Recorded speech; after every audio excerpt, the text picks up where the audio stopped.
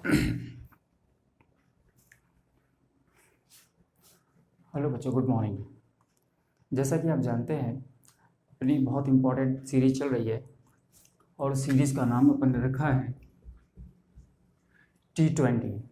इस सीरीज़ में हम ऑलरेडी 4 रूल्स कर चुके हैं और बाकी के रूल्स हम इस सीरीज़ में करने जा रहे हैं। तो चलिए, टाइम वेस्ट ना करते हुए हम अपने रूल्स को स्टार्ट करते हैं।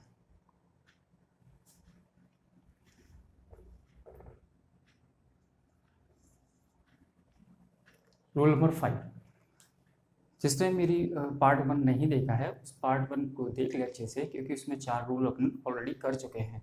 उसमें जो 4th वाला रूल था, उसी में किसी बच्चे ने कमेंट किया था कि सर उसके साथ वो रूल नंबर मैं पहले लिख देता हूँ जैसे आपको याद आ जाए। 1 ऑफ करके था। रूल नंबर 4, पार्ट 1 का रूल नंबर 4 की बात कर रहा हूँ मैं। उस पर बच्चे ने कहा था कि सर इसमें सिंगुलर वर्ब आती है। बिल्कुल सही बात है, इसके साथ सिंगुलर वर्ब आती है। मैंने कंडीशन क्लियर कर दी थी, फिर भी अगर आपको समझ में नहीं आया तो मैं एक बार उसको फिर से बता देता हूँ 1 मिनट के लिए। वन ऑफ के साथ अगर रिलेटिव प्रोनाउन होगा तो प्लूरल वर्ब आएगी। वन ऑफ के साथ अगर रिलेटिव प्रोनाउन दिया होगा तभी प्लूरल वर्ब आएगी, है ना। अन्यथा सिंगुलर वर्ब आएगी। ये मैंने बताया था, एक बार फिर से बता देता हूँ मैं। इस तरह से होता है इसका फॉर्मेट। ये हमारा रूल नंबर 5 बना लीजिए आप इसको। वन ऑफ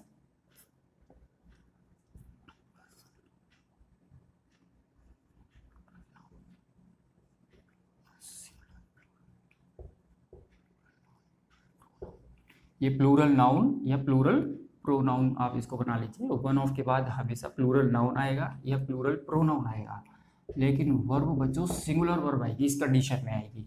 लेकिन अब इसमें इसको देखिए, इन दोनों को अलग अलग है ये, है ना। इसमें हमेशा रिलेटिव प्रोनाउन आएगी। रिलेटिव प्रोनाउन का जो एंटीसीडेंट होता है वो हमेशा प्लूरल होता है, उसके अकॉर्डिंग प्लूरल वर्ब आती है। लेकिन इसमें रिलेटिव प्रोनाउन नहीं आता, डायरेक्ट वन ऑफ, इसका सब्जेक्ट वन होता है और इसी सब्जेक्ट के अकॉर्डिंग वर्ब सिंगुलर वर्ब बन जाती है। For example,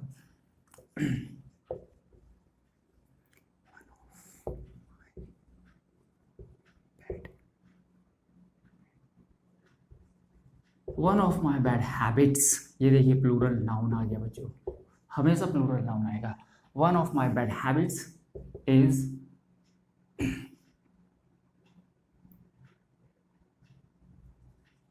getting late, getting up late in the morning। ये देखिए इस कंडीशन में इसमें रिलेटिव प्रोनाउन नहीं है। रिलेटिव प्रोनाउन मतलब हु विच दैट, वो वर्ड इस पे नहीं दिए हुए, इसलिए हमारी ये जो वर्ब आएगी वो इस वन के अकॉर्डिंग आएगी। इस वाले सेंटेंस में वन हमारा सब्जेक्ट होगा और उस वाले केस में हमारा रिलेटिव प्रोनाउन। ये रिलेटिव प्रोनाउन है, इसके ठीक पहले जो भी यहाँ पर नाउन या प्रोनाउन आएगा ये प्लूरल होगा और इसके अकॉर्डिंग प्लूरल वर्ब आएगी। ये हमेशा प्लूरल होंगे, है ना, उसके अकॉर्डिंग प्लूरल वर्ब आती है। लेकिन इस वाले केस में रिलेटिव प्रोनाउन नहीं होता है, इसीलिए वन सब्जेक्ट होता है। आई होप कि आप लोगों को समझ में आ गया होगा। एक और एग्जांपल बता देता हूँ मैं इसका। जैसे ये नाउन था, ये प्रोनाउन का और बता देता हूँ मैं आपको। जैसे देखिए, बहुत ही interesting question. One of you,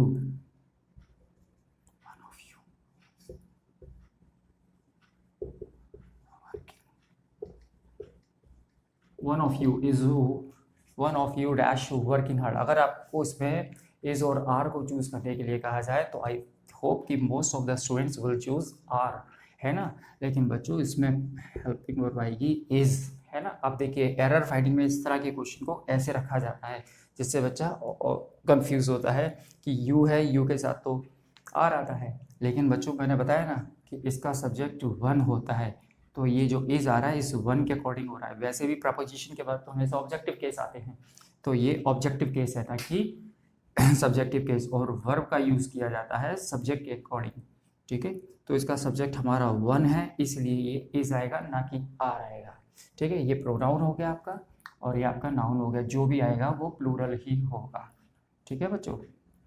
note कर लीजिए, ये हमारा रूल नंबर 5 हो गया। आपका 5 लिखा हुआ है, नोट कर लीजिए।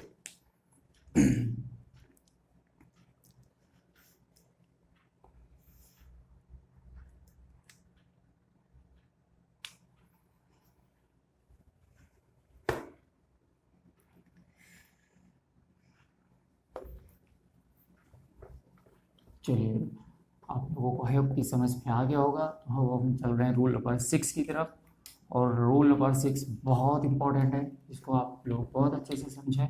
कोई भी कन्फ्यूजन हो तो वो मुझे बता सकते हैं। रूल नंबर 6, देखिए इसको थोड़ा सा समझ लेते हैं। मैंने अभी बताया कि सेंटेंस में अगर वर्ब दी हुई है तो उसका सब्जेक्ट डेफिनेटली होगा ही। सब्जेक्ट और वर्ब आएंगे तो साथ में आएंगे, अन्यथा नहीं आएंगे, ठीक है ना।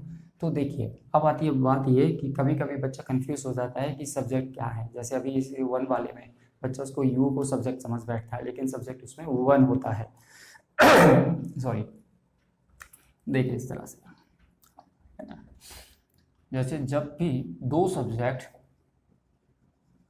as well as with, along with, together with,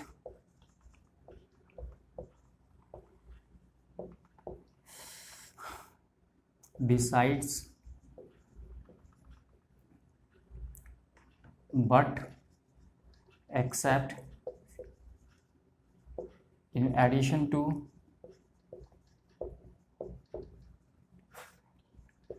in addition to, rather than, no less than,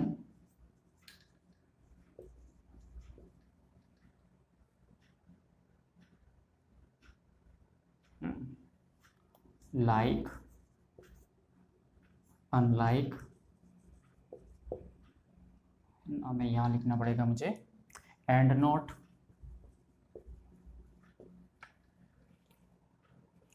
जब दो सब्जेक्ट बच्चों इनसे जुड़े हो, जब भी दो सब्जेक्ट इनसे जुड़े हो, कहने का मतलब है एक सब्जेक्ट इधर आएगा इनके, सब्जेक्ट 1, और एक सब्जेक्ट इधर आएगा, सब्जेक्ट 2। तो इसके बाद जो वर्ब आएगी ना बच्चों, वो आएगी आपकी वर्ब पहले वाले सब्जेक्ट के अकॉर्डिंग। याद रखिएगा, जब भी दो सब्जेक्ट इनमें से किसी भी वर्ड से जुड़े हुए होंगे तो वर्ब का प्रयोग जो होगा वो पहले वाले सब्जेक्ट के अकॉर्डिंग होगा, ना कि दूसरे वाले सब्जेक्ट के अकॉर्डिंग। इसको एग्जांपल से समझते हैं अब हम, है ना। जैसे मैंने लिखा Ravi as well as his friends. अब देखिए, ये हमारा एक सब्जेक्ट ये हो गया रवि, और दूसरा सब्जेक्ट हमारा हो गया हिज फ्रेंड्स, है ना। और ये कैसे करेक्ट हो रहे हैं, एज वेल एज से करेक्ट हो रहे हैं, Ravi as well as his friends. अब चूंकि एक सब्जेक्ट ये है, एक सब्जेक्ट ये है, तो जो वर्ब का प्रयोग होगा वो फर्स्ट सब्जेक्ट के अकॉर्डिंग होगा। Ravi as well as his friends is playing in the garden, playing in the garden. एक और एग्जांपल से समझते हैं इसमें हम।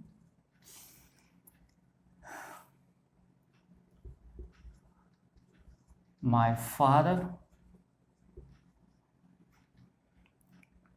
थोड़ा सा इधर से ले लेते हैं, unlike my uncle, unlike uncles, uncles, ये देखिए ये प्लूरल नाउन बनाया है ना, लेकिन चूंकि ये अनलाइक से कनेक्ट हो रहे हैं, ये रहा अनलाइक, अनलाइक से कनेक्ट हो रहे हैं, तो सब्जेक्ट, एक सब्जेक्ट ये हो गया और दूसरा सब्जेक्ट ये हो गया मेरे पापा और मेरे चाचा, ठीक है ना। ये चाचा मेरे प्लूरल हो गए। पहले वाले सब्जेक्ट के अकॉर्डिंग, हैज पनिश्ड मी, ये देखिए सिंगुलर की वर्ब जो आई है वो फादर के अकॉर्डिंग आई, यानी कि पहले वाले सब्जेक्ट के अकॉर्डिंग हमने वर्ब का यूज़ किया है। ये दो एग्जाम्पल हो गए। आपको मैं यहाँ पर ये चीज़ और बता देता हूँ कि किस एग्ज़ाम में, सॉरी, ये एग्ज़ाम में कौन कौन से इम्पॉर्टेंट होते हैं जो अक्सर एग्ज़ाम में पूछे जाते हैं, वो ये है बच्चों। उसको आप चाहें तो सर्कल कर लीजिएगा।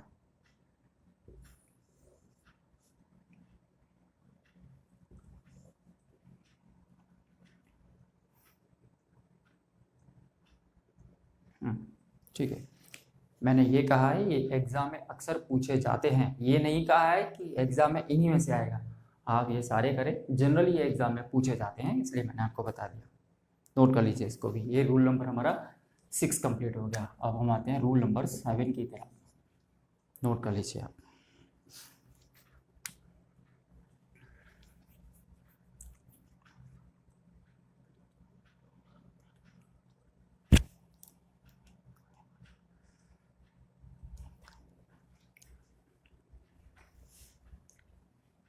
कर लिया? ठीक। साथ ही साथ में नोट भी करते चला करो, एक्स्ट्रा टाइम मत लो भाई।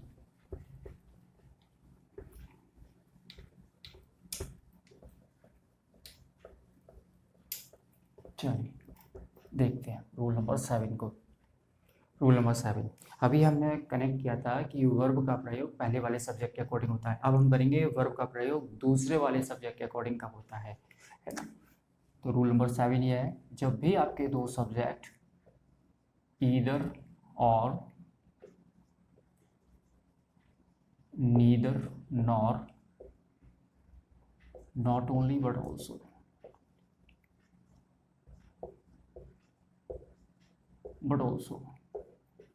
जब भी आपके दो सब्जेक्ट इनसे कनेक्ट होंगे, ये कंजंक्शन वाले चैप्टर से है, जब भी आपके दो सब्जेक्ट इनसे कनेक्ट होंगे तो वर्ब का प्रयोग, ध्यान से सुनिए, तो वर्ब का प्रयोग नज़दीक वाले सब्जेक्ट, बुक पे ये लिखा रहता है कि नज़दीक वाले सब्जेक्ट। अब कभी कभी बच्चा कन्फ्यूज हो जाता है नज़दीक वाले से, तो आप इसको अपनी भाषा में ऐसे भी लिख सकते हैं कि वर्ब का प्रयोग दूसरे वाले सब्जेक्ट के अकॉर्डिंग होगा, क्योंकि ये इंटेरोगेटिव में ये नहीं आते हैं, तो ये एफर्मेटिव में ही आएंगे। ये सेंटेंस अपने आप में नेगेटिव बना देगा। ये तीनों का एक ही है, एक ही फॉर्मेट है, बस इनके मीनिंग बदल जाते हैं। या तो हो जाएगा ये, ना तो ना हो जाएगा ये, ना केवल बल्कि भी हो जाएगा। रूल इनमें वही लगना है, यानी कि जब भी दो सब्जेक्ट, पहला सब्जेक्ट यहाँ से आएगा और दूसरा सब्जेक्ट बच्चों इस पर यहाँ होगा, तो ये जो वर्ब आएगी ना, वर्ब जो भी आएगी वो नज़दीक वाले सब्जेक्ट, नज़दीक वाला सब्जेक्ट हमारा यही तो होगा ना, तो नज़दीक वाले सब्जेक्ट के अकॉर्डिंग, यानी कि दूसरे वाले सब्जेक्ट के अकॉर्डिंग वर्ब आएगी, है ना। एग्जाम्पल से समझते हैं इसको हम।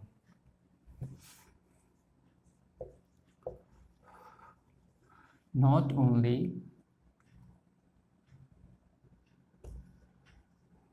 Ravi but also his friend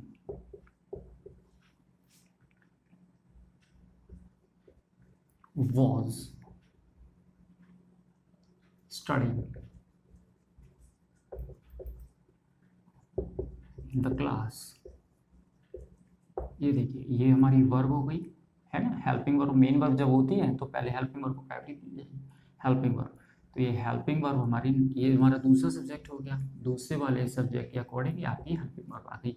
his friend singular है तो सिंगुलर की वर्ब आ गई, है ना। अब ध्यान से देखिए, हिज फ्रेंड को अगर मैं ऐसे कर दूं फ्रेंड्स, अगर ये प्लूरल कर दिया मैंने, तो फिर ये वर्ब भी हमारी वॉज की जगह वर्ब हो जाएगी, है ना। इसका फर्स्ट वाले सब्जेक्ट पर कोई इम्पैक्ट नहीं पड़ेगा, रवि एज इट इज रहेगा, है ना। दोनों ही केसेस में ये हिज फ्रेंड होगा तो वॉज हो जाएगा, हिज फ्रेंड्स है तो वर्ब हो जाएगा, सेकंड सब्जेक्ट के अकॉर्डिंग वर्ब हो जाएगी, है ना बच्चों।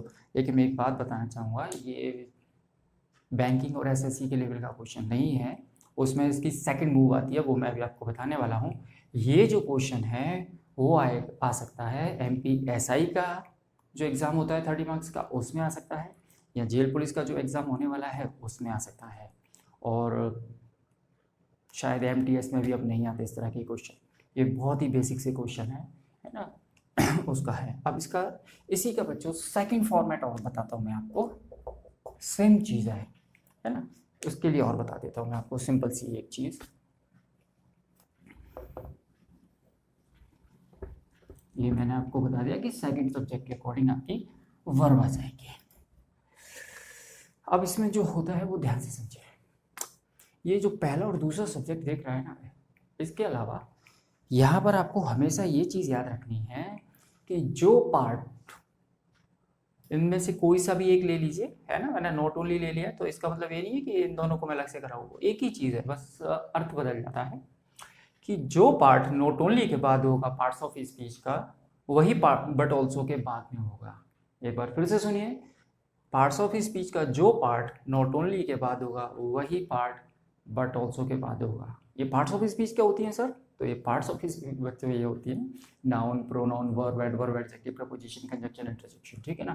कहने का मेरा मतलब ये है, अपनी इजी लैंग्वेज में समझें कि नॉट ओनली के बाद अगर नाउन है तो बट ऑल्सो के बाद भी नाउन होगा। नॉट ओनली के बाद अगर प्रोनाउन है तो बट ऑल्सो के बाद भी प्रोनाउन होगा। नॉट ओनली के बाद अगर वर्ब है तो बट ऑल्सो के बाद भी वर्ब होगा। नॉट ओनली के बाद अगर प्रपोजिशन है तो बट ऑल्सो के बाद भी प्रपोजिशन होगा। ये हमारा बैंकिंग और एसएससी का क्वेश्चन आता है। इसको एग्जांपल से समझते हैं। जैसे कि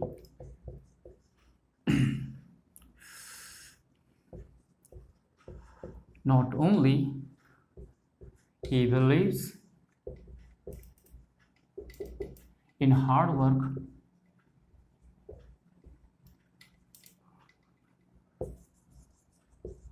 but also in integrity।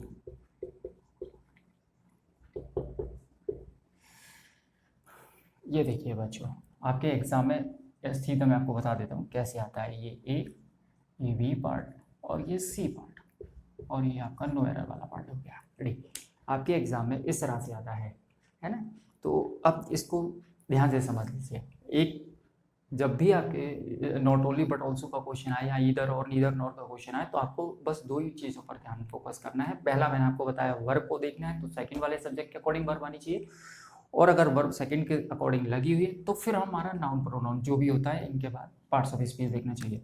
जैसे नॉट ओनली है, नॉट ओनली के बाद ही आ रहा है। ही क्या है बच्चों? एक अपने आप में प्रोनाउन है, ठीक है ना। बट ऑल्सो कहाँ है? बट ऑल्सो ये रहा। बट ऑल्सो के बाद इन क्या है? अपने आप में प्रपोजिशन है, ठीक है ना। तो यहाँ हम ये समझ चुके हैं कि ये हमारा आंसर डी तो हो नहीं सकता है ना, या तो ए है या सी है। अब ये कैसे पता चलेगा कि ए है या सी है? तो ध्यान से सुनिए, एक इसके लिए भी एक छोटा सा फॉर्मेट होता है, दिमाग में रखना। बट ऑल्सो वाले के जो बट ऑल्सो के बाद होता है वो कभी चेंज नहीं होता, हमेशा पहले वाला ही चेंज होता है। यानी बट ऑल्सो के बाद इन लगा हुआ है यानी कि प्रपोजिशन है, तो हमें आगे ऐसा कुछ करना है कि नॉट ओनली के बाद भी प्रपोजिशन आने लगे। तो बच्चों क्या करेंगे, हम इस नॉट ओनली को यहाँ से उठाकर हम बिलीव्स के बाद इस जगह रख देंगे, तो क्या हो जाएगा, इस जगह पर आपका नॉट ओनली आ जाएगा। तो उसके बाद आपकी इन प्रपोजिशन आ गई। इसका मतलब ये नहीं है कि प्रपोजिशन यहाँ इन है तो यहाँ भी इन है, प्रपोजिशन कोई सी भी हो सकती है ना। तो ये आंसर हो जाएगा हमारा, he believes not only in hard work but also in integrity. ठीक है, एक और देखें, एक एग्जांपल से और समझ लेते हैं इसको। इसका हिंदी मतलब हो जाएगा, वो न केवल हार्ड वर्क में विश्वास रखता है बल्कि ईमानदारी में भी विश्वास रखता है। थोड़ा सा मैं क्वेश्चन इधर से कर लेता हूँ। सेकंड, द जज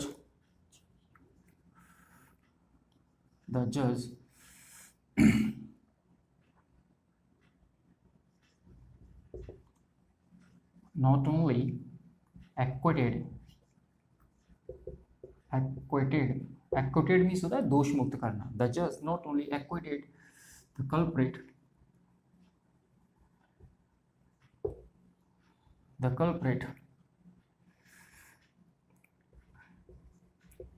but also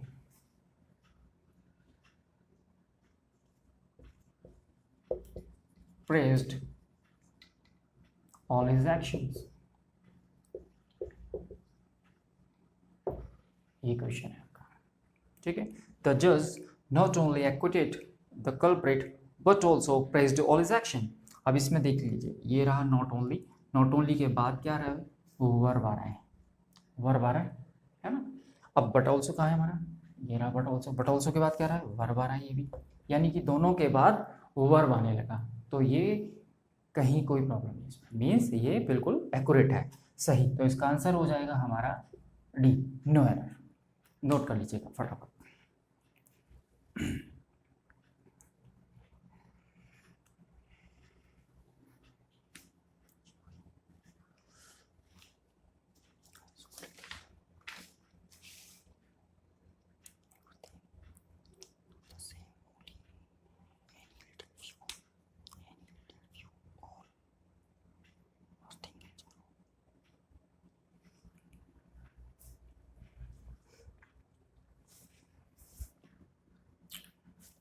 कर लिया?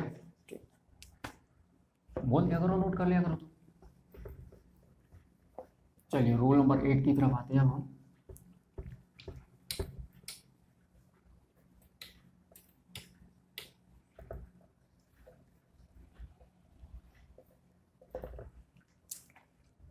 रूल नंबर 8 हमारा ये है। रूल नंबर 8 में रिलेटिव प्रोनाउन का क्वेश्चन आते हैं। रिलेटिव प्रोनाउन का है ये रूल, ठीक है। तो रिलेटिव प्रोनाउन जैसे अपन ने किया था पार्ट 1 में किया हुआ है, जो रूल नंबर 4 है उसमें अपन ने रिलेटिव प्रोनाउन को मैंने बता दिया था हु, विच, दैट, ये रिलेटिव प्रोनाउन होते हैं। लेकिन मैंने उसमें ये नहीं बताया था कि हु कहाँ यूज़ होता है, विच कहाँ यूज़ होता है और दैट कहाँ यूज़ होता है ना। ये तो मैं आज भी नहीं बताऊँगा क्योंकि ये रिलेटिव प्रोनाउन का चैप्टर है, उसको मैं जब प्रोनाउन कराऊंगा उसमें डिटेल्स में बताऊंगा। लेकिन उसके जो बेसिक से हैं क्वेश्चन, जहाँ पर क्वेश्चन ज़्यादा बन रहे हैं, है ना, वो मैं आपको बता देता हूँ। सिंपल सा, पहला हु का यूज़ करते हैं पैट एनिमल्स और ह्यूमन बींग्स के लिए, विच का यूज़ करते हैं नॉन लिविंग थिंग्स के लिए और एनिमल्स के लिए, इंसेक्ट्स के लिए, और दैट का यूज़ इन दोनों की जगह पर किया जा सकता है। यानी दैट एक तरह से इन दोनों की मास्टर की का काम करता है, ठीक है। इसके अलावा भी कुछ ऐसी चीज़ होती है जहाँ पर हमेशा दैट का यूज़ होता है ना। वो मैं आपको बताने जा रहा हूँ कि हमेशा दैट का यूज़ कहाँ होता है। जैसे अगर सेंटेंस में ये वर्ड दिया हो all, only, few, little,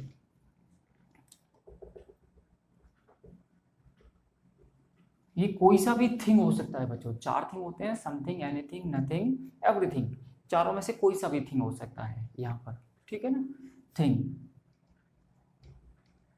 superlative degree और any.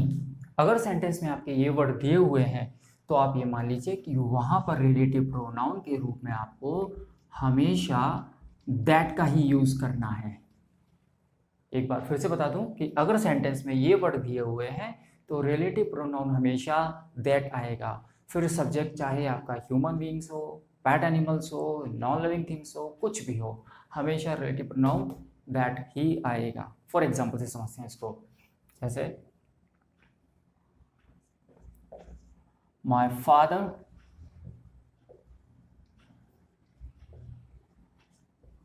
gave me everything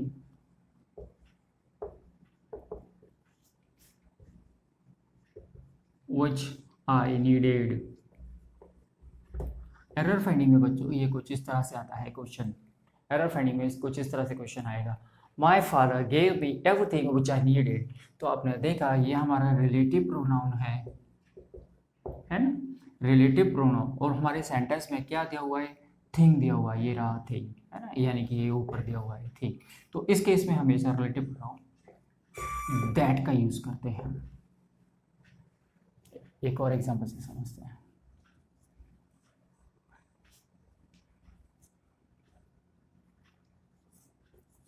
I have read all the books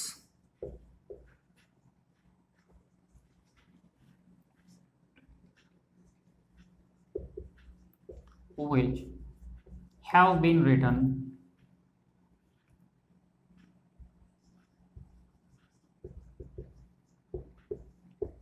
by Kalidas. देख लिया, ठीक है। I have read all the books, ये वही एरर फाइंडिंग कुछ इस तरह से आ जाएगी आपकी, ए बी सी और लास्ट वाला पार्ट होगा नो एरर डी। तो आपने देखा कि इसमें ऑल वर्ड दिया हुआ है, ऑल वर्ड इसमें हमारा ये रहा, ऑल वर्ड दिया हुआ है तो उसमें रिलेटिव प्रोनाउन के रूप में हमेशा आपको दैट का यूज़ करना है, ना कि विच का, ठीक है। और आप एक और चीज़ भी देख सकते हैं इसमें, हमने रिलेटिव प्रोनाउन वाला जो उसमें किया था, ये रिलेटिव प्रोनाउन है, ये उसका एंटीसीडेंट है, उसके अकॉर्डिंग है वारी, है ना। ये रूल नंबर 4 भी इसमें कनेक्ट हो रहा है, देख लीजिए, है ना। सारे क्वेश्चन एक दूसरे से कनेक्ट होते हैं। तो आप देख लीजिए, ये रिलेटिव प्रोनाउन हो गया, ये उसका एंटीसीडेंट हो गया, और ये बुक्स है प्लूरल है तो ये है वारी। अगर ये बुक होता तो ये सिंगुलर हो जाता, ठीक है ना। और ये ऑल होने के कारण हमने यहाँ पर विच का यूज़ नहीं किया, दैट का यूज़ किया, अपन ने लिख लिया हुआ है। चलिए, या आई होप कि ये क्लियर हो गया होगा। रूल नंबर 9 को भी कर लेते हैं, नोट कर लीजिए।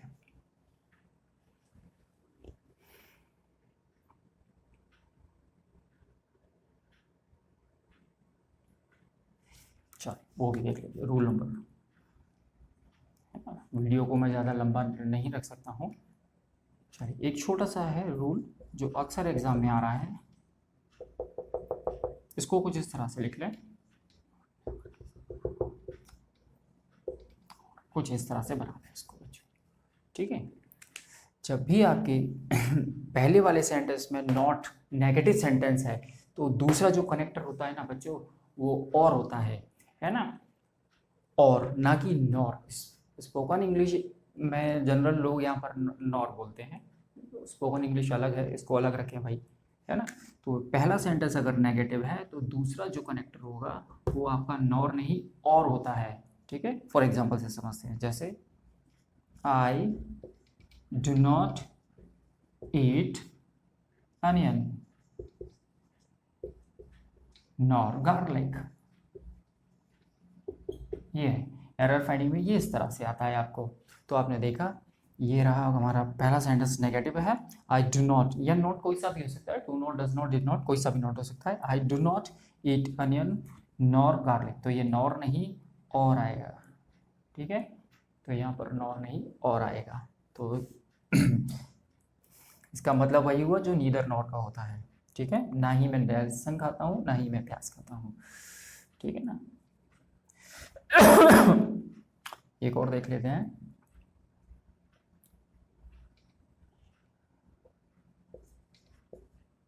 she never